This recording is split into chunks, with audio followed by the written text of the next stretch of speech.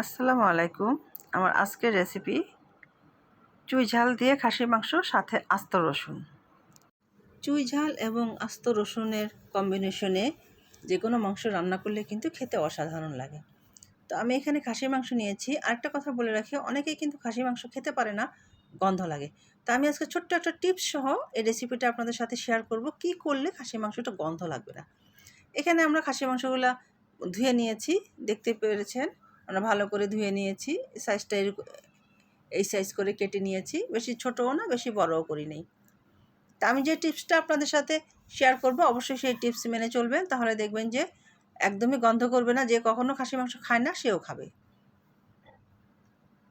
কোনো রকম গন্ধই থাকবে না। তো এখানে আমি আস্ত রসুন এবং চুই ঝাল নিয়েছি। চুই ঝাল আমি একবারে বেশি করে কিনে ডিপ ফ্রিজে রেখেছিলাম, সেই জন্য কিন্তু অনেকটা কালচে হয়ে গেছে। তাতে কোনো সমস্যা নাই এবং কোনো রকম গন্ধও নাই। তো এগুলো আমি আস্ত রসুন চুই ঝাল কেটে পরিষ্কার করে ধুয়ে নিয়েছি। আর আজকে রান্নাটা করব আমি টোটালি সরিষা তেল দিয়ে। তো আমি চুলায় প্যান বসিয়েছি, প্যানে আমি পরিমাণ মতো সরিষার তেল দিয়েছি। তেল গরম হয়ে যাওয়ার পর আমি পেঁয়াজ দিয়ে দিলাম। পেঁয়াজ আমি কিউব 4 ফালি করে কেটে নিয়েছি, এখানে কুচানোর দরকার নাই। তারপর আমি পেঁয়াজে লবণ দিয়ে দিলাম। লবণটা দিয়ে ভালোভাবে নেড়ে চেড়ে দিয়েছি। এখন আমি গরম মশলা দিয়ে দিলাম। এরপর আমি রসুন বাটা দিয়েছি। রসুন বাটা দিয়ে আমি আবার ভালো করে নেড়ে দিয়েছি। আদা রসুন বাটা দেওয়া হয়ে গেছে। এখন আমি বাটা জিরা দিলাম। আমি সবসময় মাংস রান্না করার সময় বাটা জিরা এবং গুঁড়া জিরা দুইটাই ব্যবহার করি। এখন আমি দিয়ে দিয়েছি কাজু বাদাম এবং পেস্তা বাদাম বাটা। এগুলো দিয়ে খুব ভালো করে নেড়ে দিলাম। সবই কিন্তু আমি 1 টেবিল চামচ করে দিয়েছি, আদা রসুন বাদাম।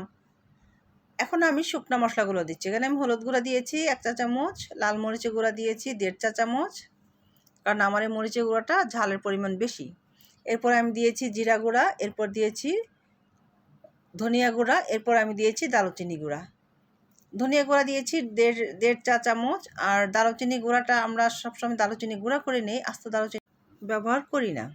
তো আমরা মশলাগুলো খুব ভালোভাবে কষিয়ে নিব। আর যে ছোট্ট টিপসটা দিতে চেয়েছিলাম, এই হলো সেই টিপস। এখানে আমি লেবুর রস দিয়েছি। এরপর দিয়েছি হোমমেড টক দই। এটা আমাদের ঘরে বানানো। আপনি যখন মাংসর মধ্যে, বিশেষ করে খাসির মাংসে, আপনি যদি লেবুর রসটা ব্যবহার করেন, তাহলে কোনোভাবেই খাসির মাংসে কোনো রকম গন্ধ থাকবে না। যে কখনো খাসি মাংস একদমই মুখে তুলে না, সেও কিন্তু চোখ বন্ধ করে খেতে পারবে, কোনো রকম গন্ধ থাকবে না। সে খাওয়ার সময় কিন্তু সে বুঝতেও পারবে না যে এটা খাসির মাংস খাচ্ছে।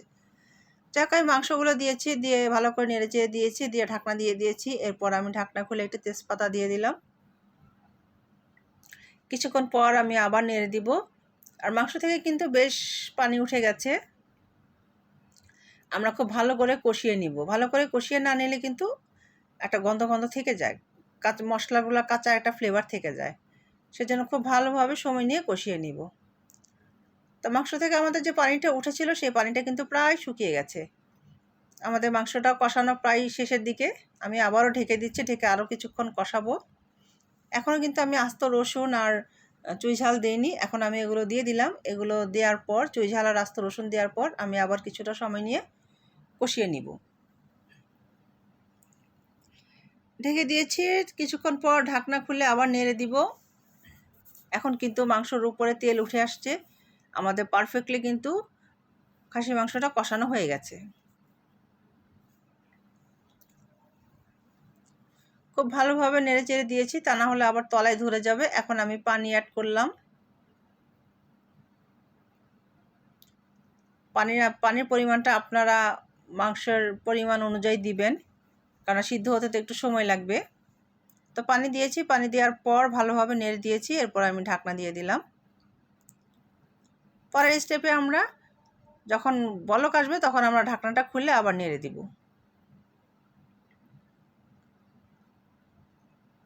এখন নেড়ে দেওয়ার পর আবার ঢাকনা দিয়েছি। ঢাকনা দিয়ে এখন আমরা সিদ্ধ হওয়া পর্যন্ত অপেক্ষা করব। বেশ কিছু সময় পর আমরা ঢাকনা খুলে নেড়ে দিয়েছি আবারও। এই হচ্ছে চুই ঝাল আর আস্ত রসুন। চুই ঝাল দিয়ে যে কোনো মাংস খেতে কিন্তু অনেক টেস্টি। এখন আমি এখানে কিছু শুকনো মরিচ মাঝখান থেকে কেটে দিয়ে দিয়েছি। তারপর আমি আবারও ঢেকে দিলাম। এখন আমাদের পানিটা শুকানোর জন্য অপেক্ষা করতে হবে। পানি অনেকটাই শুকিয়ে গেছে। এখন আমরা এই পর্যায়ে নামিয়ে নিব এবং নামানোর কিছুক্ষণ পর কিন্তু যে ঝোলটা দেখতে পাচ্ছেন এটা কিন্তু টেনে যাবে।